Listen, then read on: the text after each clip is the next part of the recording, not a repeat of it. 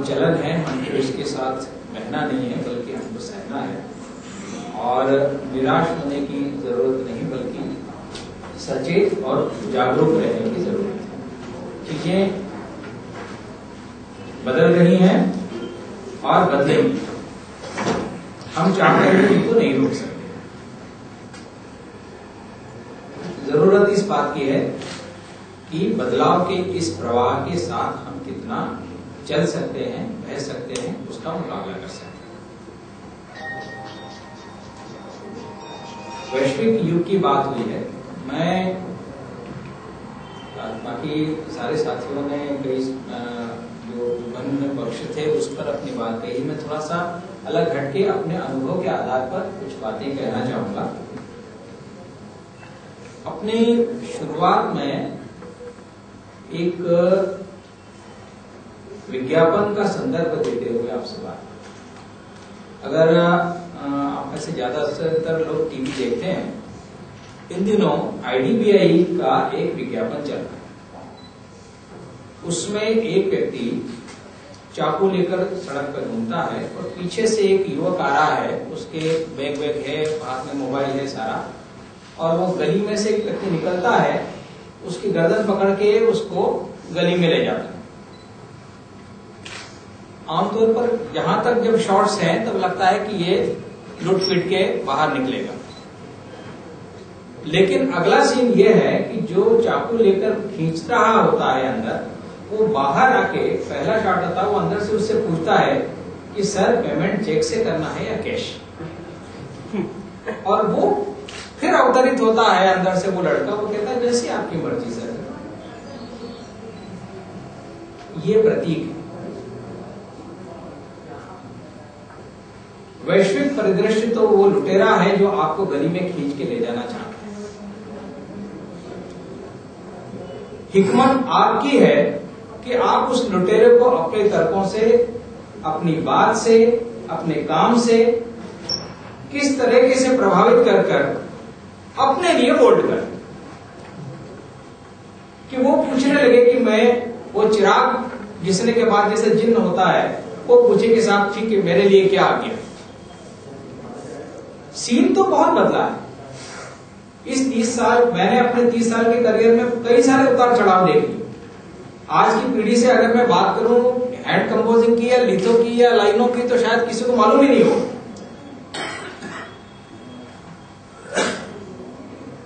ये चीजें बदलेंगी, लेकिन जहां हमने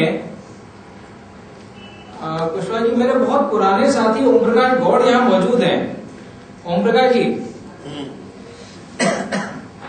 हम लोगों को 80-81 का जमाना वो याद है जब हम यहाँ स्वदेश अखबार में एक भैंस के तबेले में अखबार लगता था, उसको हटा के और उसको बस मुश्किल कुछ कुर्सियां बना दी गई थी, और सुबह 3-4 बजे तक हम 2 ही लोग हुआ करते थे, और ये होता था कि भाई अखबार कुछ भी हो सकता है, हैंड कंपोज होता था अखबार।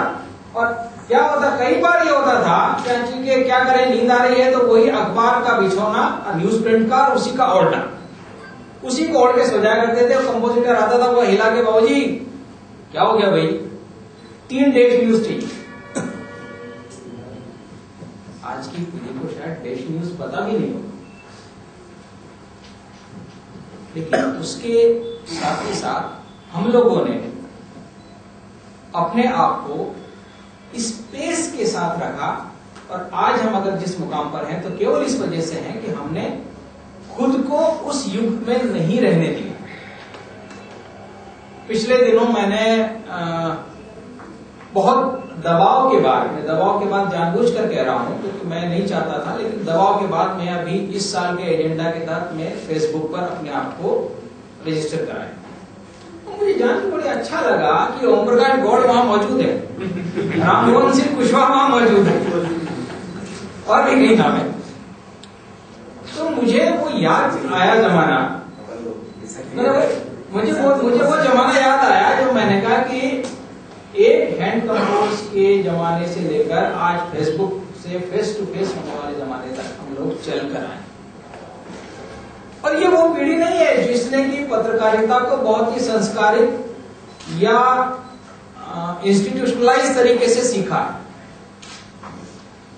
हम लोग अपना अपना एजुकेशन लेकर आए थे, इस प्रोफेशन में ने हमको जगह दी, और उस जगह पाने के बाद हमने अपनी मेहनत से और इस टेक्नोलॉजी से, बदलते हुए परिदृश्य से अपने को, खुद को इस बदलते हुए परिदृश्य के साथ खुद को ढालते हुए अपने आप को आगे बढ़ा।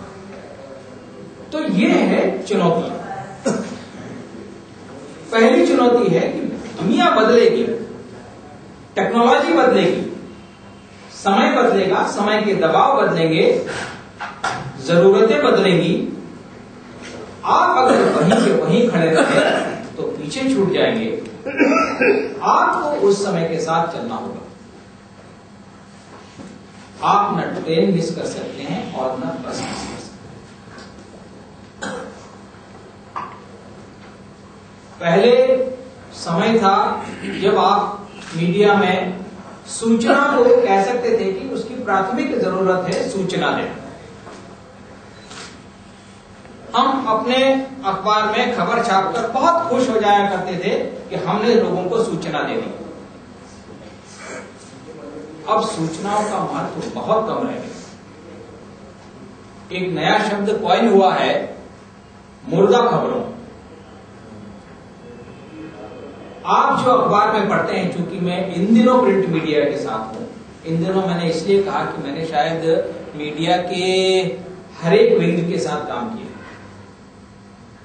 तो इन दिनों मैं प्रिंट मीडिया में हूं और मैं देखता हूं कि अखबार में जो चीजें छपी होती हैं उसमें से 90% से ज्यादा सूचनाएं पहले ही लोगों तक पहुंच चुकी होती हैं।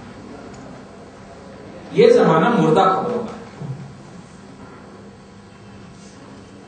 हमको जो जरूरत है वो इस बात की कि इस मुर्दे में हम संजीवनी डालकर उसको अगले दिन तक कैसे जिंदा रख सकें, या आने वाले अखबार के अगले अंक तक हम अपने पाठक को उस अखबार से जोड़कर कैसे रख सकें।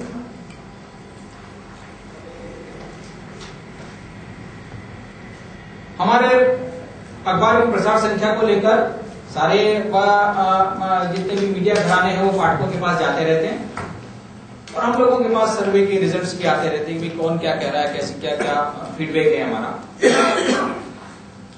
ज्यादातर लोगों का कहना होता है कि साहब खबरें तो सभी अखबारों में मिल जाती है, सब में एक जैसी होती है, आप क्या दे रहे हो। तो ये दे रहे हो, ये बहुत ही इंग्लिश वर्ड है, क्योंकि मीडिया अब देने भी लगा है।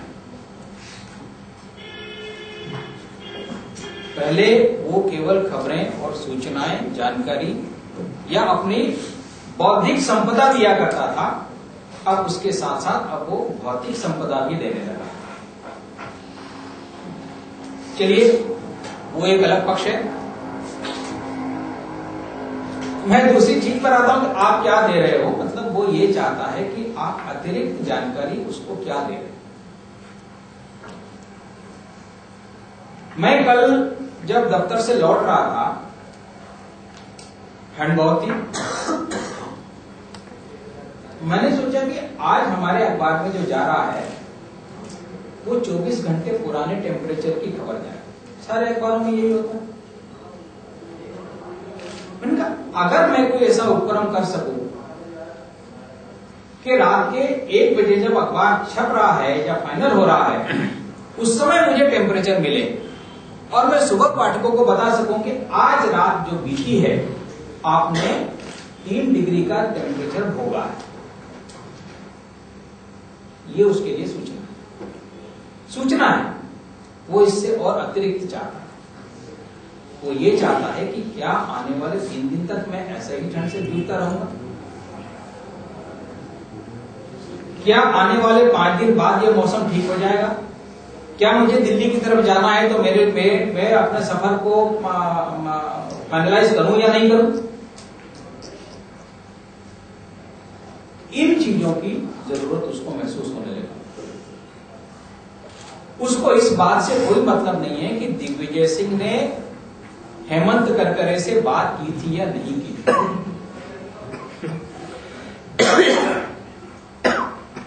उसको इस बात से भी कोई मतलब नहीं है कि उमा भारती बीजेपी में आएंगी या नहीं आएंगी।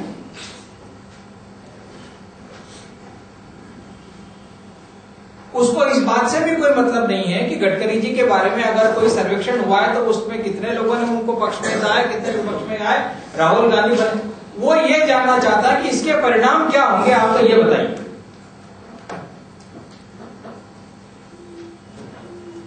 अगर आप विश्लेषण दे सकते हैं, अगर आप फोरकास्ट कर सकते हैं, अगर आप उसको समय से आगे तक सचेत कर सकते हैं, तब आप मीडिया हैं, उसके काम के मीडिया हैं। मलयालम में एक बहुत अच्छी कहावत, भागते हुए कुत्ते को अगर आपको पत्थर मारना है तो आप पत्थर को 10 कदम आगे फेंकिए, तब जाकर उस कुत्ते को पत्थर लग सकता है। अगर आपने पीछे से पत्थर मारा, कुत्ता तो आगे भाग ही रहा। आपका निशाना वहां होना चाहिए जहां पर कि समय का ठहराव हो सकता है, या समय वहां तक पहुंच सकता है, या लोग जहां तक जानना चाहते हैं।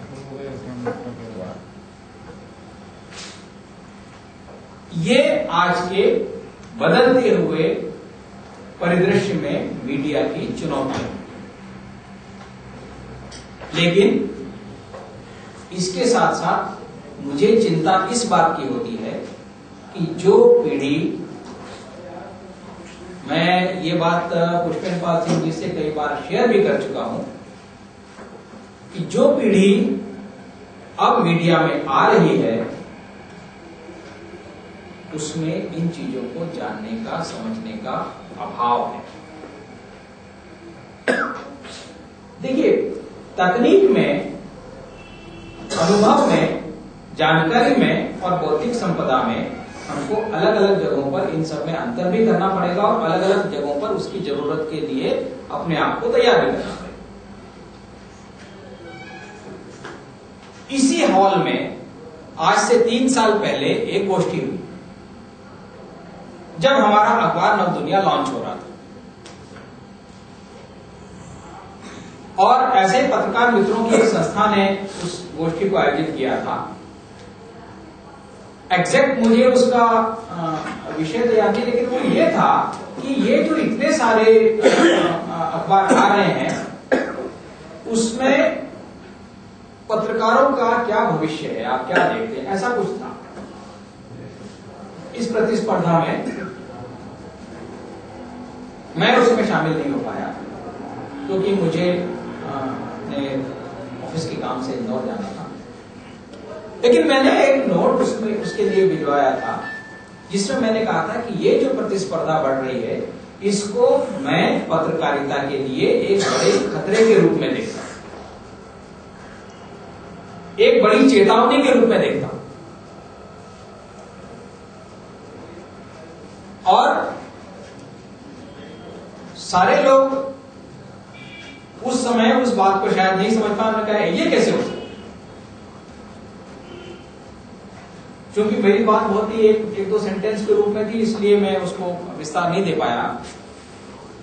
खतरा इसलिए है, चेतावनी इसलिए है कि जैसे जैसे प्रतिस्पर्धा बढ़ रही है, जैसे जैसे मीडिया का विस्तार हो रहा है,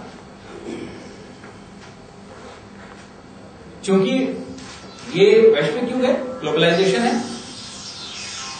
पहली चीज ये हुई कि अब मीडिया के लिए पाठक नहीं रहा, वो उपभोक्ता हो गया।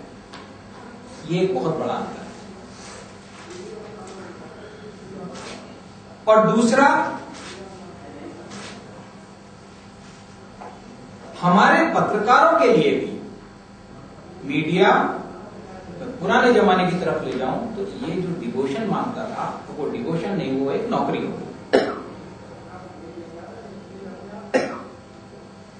चूंकि ये पत्रकार संगठन का कार्यक्रम है, इसलिए मैं इस बात बहुत जोर देकर कहना चाहूंगा कि ये हमारे संगठनों का, और पुष्पेंद्र पाल सिंह जी चूंकि उस संस्थान से जुड़े हैं जहां पत्रकार तैयार होते हैं, ये हमारा काम है कि हम नई पीढ़ी को इस बात के लिए तैयार करें कि वो पहले अनुभव अर्जित करें।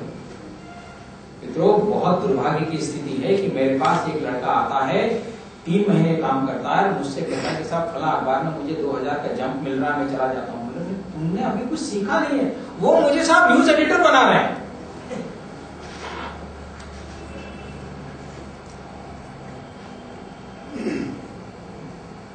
प्रतिभा अनुभव की मोहताज नहीं होती, मैं मानता हूं, लेकिन अखबार या मीडिया एक ऐसा पेशा है जिसमें आपका अनुभव युक्त होना बहुत मायने रखता है। और जिन चुनौतियों की हम बात कर रहे हैं, जिस डिटीरियोरेशन की हम बात कर रहे हैं, उसका एक बहुत बड़ा कारण यह है कि एक पूरी अधकचरी पीढ़ी मीडिया को संचालित कर रही। मेरे इस स्टेटमेंट से बहुत लोग खफा हो सकते हैं। हम आंख मूंद कर विकिपीडिया पर भरोसा कर लेते हैं। हम सूचनाओं की पुष्टि की, तथ्यों को जानने की, उनकी करने की जरूरत महसूस नहीं करते। उस मीडिया पर, उस माध्यम पर हम भरोसा कर लेते हैं, उस सूचना पर जो खुद कहता है कि he is ready for the correction. वो विकिपीडिया खुद कहता है कि मैं जो कंटेंट आपको प्रोवाइड करा रहा हूं या सत्य नहीं है, आप इसको करेक्ट कर सकते हैं अगर आपके पास सही जानकारी है तो। लेकिन मेरा साथी कुछ भी जानकारी के लिए उठाता है, गूगल पे जाता है, विकिपीडिया पे जाता है, सब विकिपीडिया में देख लिया था मैंने।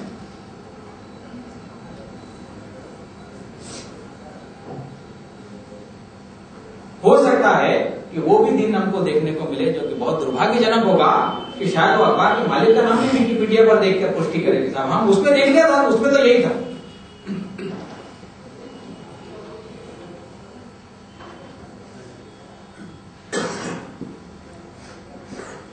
बड़ा मजाक हो गया है। एक ही खबर 4 अखबारों में 4 तथ्यों के साथ मिल सकती है।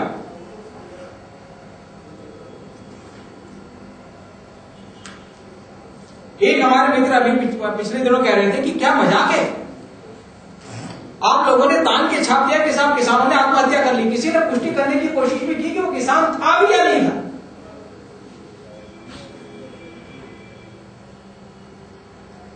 मैं ये नहीं कह रहा कि सूचनाओं को दबाया जाना चाहिए, प्रलोभन में या और अन्यथा किसी कारण से उनको गलत तरीके से प्रस्तुत भी नहीं किया जाना चाहिए।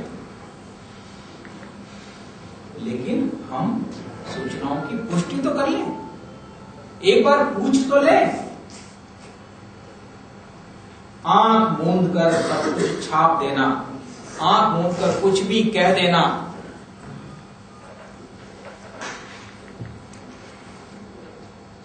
मैं चंडीगढ़ में था, सूर्य ग्रहण का मौका था, तो कुरुक्षेत्र हमारे चंडीगढ़ शहर में था। कुरुक्षेत्र में बहुत सारे लोग उस पे स्नान के लिए आते हैं। तो मैंने देखा कि वो देखिए बहुत ही प्रतिष्ठित चैनल है, मैं चलिए नाम एनडीटीवी का एक करस्पॉन्डेंट, वो कुरुक्षेत्र के सरोवर पर एक किसी पंडित को उसने पकड़ लिया। और ये मैं किसी की कही हुई बात नहीं, मैं अपने खुद के द्वारा देखी हुई घटना आपको बता रहा हूं।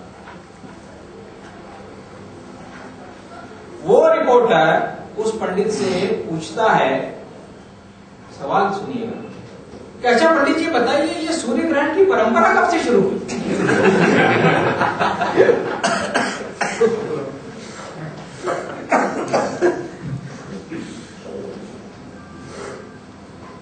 और जरा थमिए, पंडित भी उतने ही महान।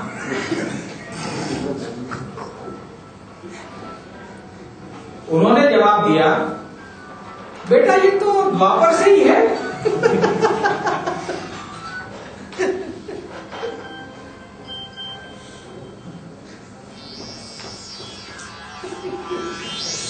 ये है मीडिया, ये है हमारी जानकारी, ये है हमारा सोच,